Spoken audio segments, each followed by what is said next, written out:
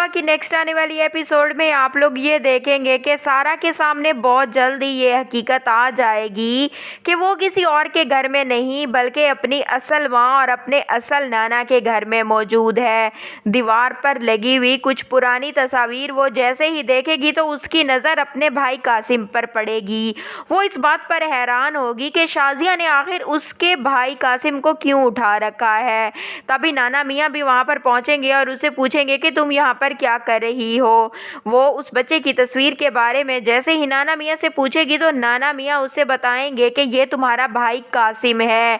वहीं पर ही सारा काफ़ी ज़्यादा हैरान रह जाएगी जब वो ये सुनेगी कि कासिम उसका भाई है और शाजिया ही उसकी माँ है। वहीं पर ही सारा इस बात से काफ़ी ज़्यादा हैरान रह जाएगी। तभी आप लोग देखेंगे कि आदिल के साथ वहाँ पर ज़ारा भी पहुँच जाएगी और इस तरह यह हकीकत तमाम लोगों के सामने आ जाएगी कि सारा और ज़ारा दोनों ही जुड़वा बहनें हैं। जहाँ पर सारा काफ़ी ज़्यादा हैरान होगी तो वहीं पर ही शाजिया भी उसे अपनी नज़रों के सामने इतने सालों के बाद ज़िंदा सलामत देखकर हैरान और परेशान रह जाएगी। नाना मियाँ शाजिया से कहेंगे कि हमने जिस हकीकत को ज़ारा से पूरी ज़िंदगी छुपा कर रखा, ज़ारा ने उस हकीकत को हमारे सामने लाकर ज़िंदा सलामत खड़ा कर दिया है। शाजिया को तो अपनी आंखों पर यकीन नहीं आ रहा होगा। जिस बेटी को वो कभी मुर्दा समझ बैठी थी वो इस तरह उसके सामने आ जाएगी, उसने कभी सोचा भी नहीं था। वहीं पर ही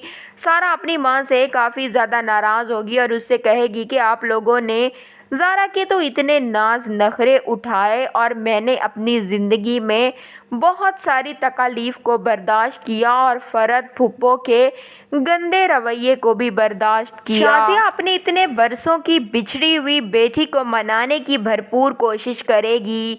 अभी तक उसकी हैरानगी दूर नहीं हुई होगी। वहीं पर ही वो जब उसे मना रही होगी तो तभी ज़ारा और नाना मियाँ भी वहीं पर पहुँचेंगे। ज़ारा अपनी बहन सारा को समझाने की कोशिश करेगी कि मम्मा तो तुम्हारी वजह से ज़िंदा भी नहीं रहना चाहती थी, वो तो मर जाना चाहती थी, लेकिन उनके दिल में कहीं ना कहीं ये उम्मीद ज़िंदा थी कि कहीं तुम ज़िंदा ज़रूर मौजूद होगी और एक दिन उनके सामने आकर खड़ी हो जाओगी। और देखो उनकी सोची हुई बात आज सच साबित हो चुकी है और तुम ज़िंदा सलामत आज मम्मा के सामने खड़ी हो। वहीं पर ही आप लोग देखेंगे कि ज़ारा की मुलाकात जैसे ही अपनी माँ से होगी तो वो उनके सामने अपनी हैरानगी का इजहार करेगी और अपनी माँ से कहेगी कि जब हम लोग पैदा हुए थे तो फ़रद फूफो ने सारा को तो अपने पास रख लिया था, लेकिन मुझे इस बात की समझ बिल्कुल भी नहीं आई कि आखिर उन्होंने मुझे अपने पास क्यों नहीं रखा था और आपके साथ भेज दिया था। वहीं पर ही